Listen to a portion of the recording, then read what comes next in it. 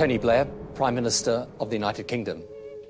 I'm glad to be able to speak to you today to tell you that Saddam Hussein's regime is collapsing, that the years of brutality, oppression and fear are coming to an end.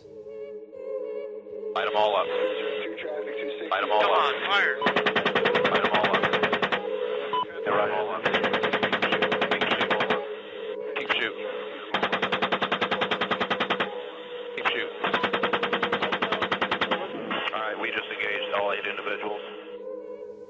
Our enemy is Saddam and his regime, not the Iraqi people. Our forces are friends and liberators of the Iraqi people, not your conquerors. He's faking he's dead. Yeah, he's breathing. He's faking he's dead. Yeah, he was playing.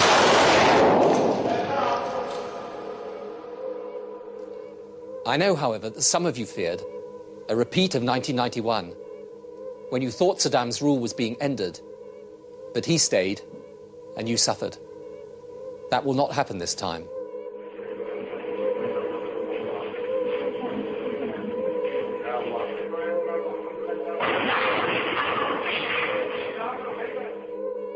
This regime will be gone and ended. And then we will work with you to build the peaceful, prosperous Iraq that you want and that you deserve.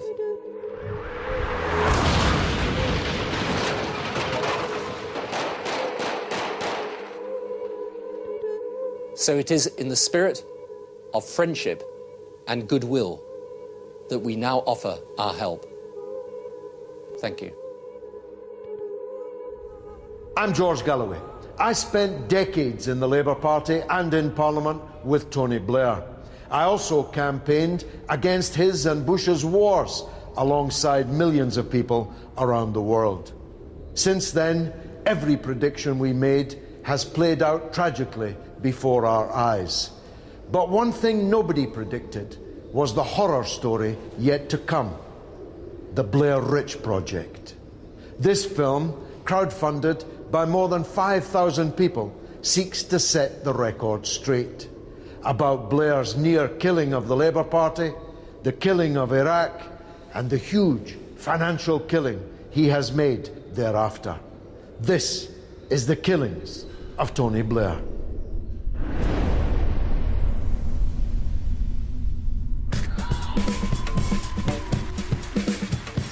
When Tony Blair resigned as Prime Minister in 2007, he wasted no time before stepping on to the lucrative public speaking circuit,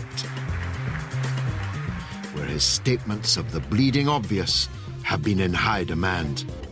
The single toughest thing governments find today is getting the job done. At his first stop, Blair picked up a Chinese takeaway of almost £250,000 for an hour-long speech in the People's Republic. The art of leadership is the combination of listening and leading. Since then, his fees have gone up, and his speeches have taken him across the globe. The most difficult thing about government is taking the great idea and turning it into reality. In the Philippines, the average wage for an hour's work is under £1. Blair did rather better. Unfortunately, you come to India at a time when British papers like The Telegraph and the Sunday Telegraph, the Sunday Times, are running stories about what they call the jet-setting billionaire lifestyle he has enjoyed ever since leaving Downing Street in June 2007. And the real point they're making is that the pursuit of money has become the dominant theme in your life. I can make a lot more and have a very gentle and easy life. And when they talk about a jet-set lifestyle, what they actually mean is I spend a lot of time on jets, which is true. True indeed. So much so that Blair charters a £30 million private jet, known as Blair Force One.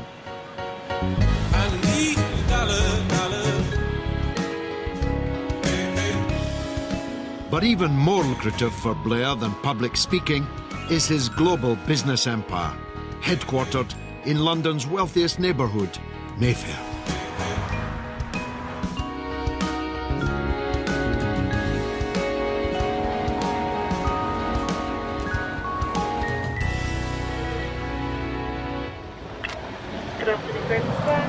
Good afternoon. I'm George Galloway. I'm making a film about Tony Blair. I'm wondering if you're going to reply to the 2 letters I've delivered through your door seeking an interview.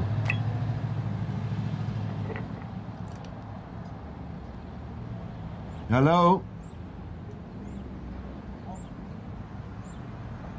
Hello?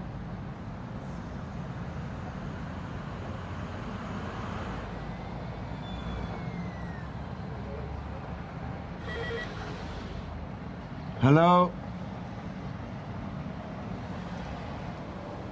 They hung up. What can I say?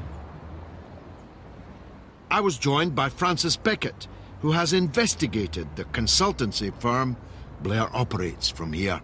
Tony Blair Associates is a very, very secretive operation that makes a very large amount of money all over the world from a large number of governments, some of them you might regard as less than respectable, some of them Middle Eastern governments, some of them former Soviet Union governments, and it also makes a large amount of money in consultancy fees from private companies.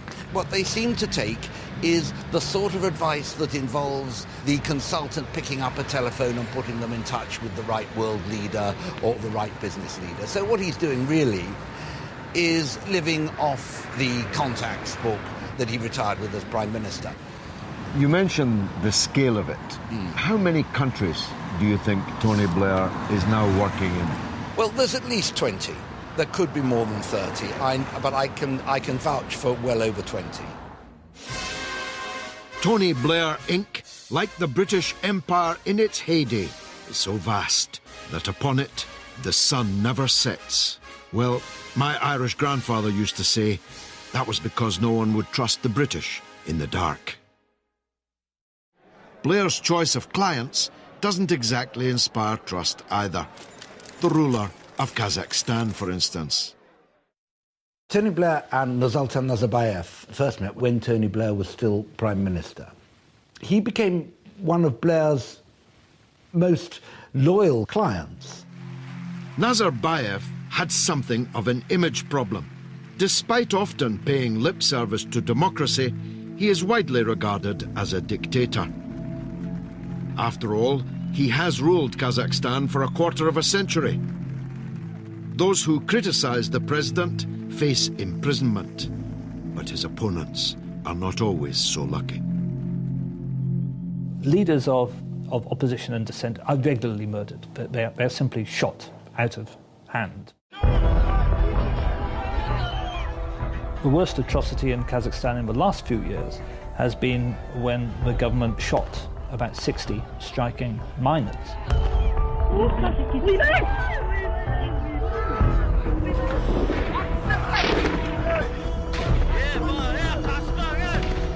Many hoped the autocrat's new courtier would condemn the massacre.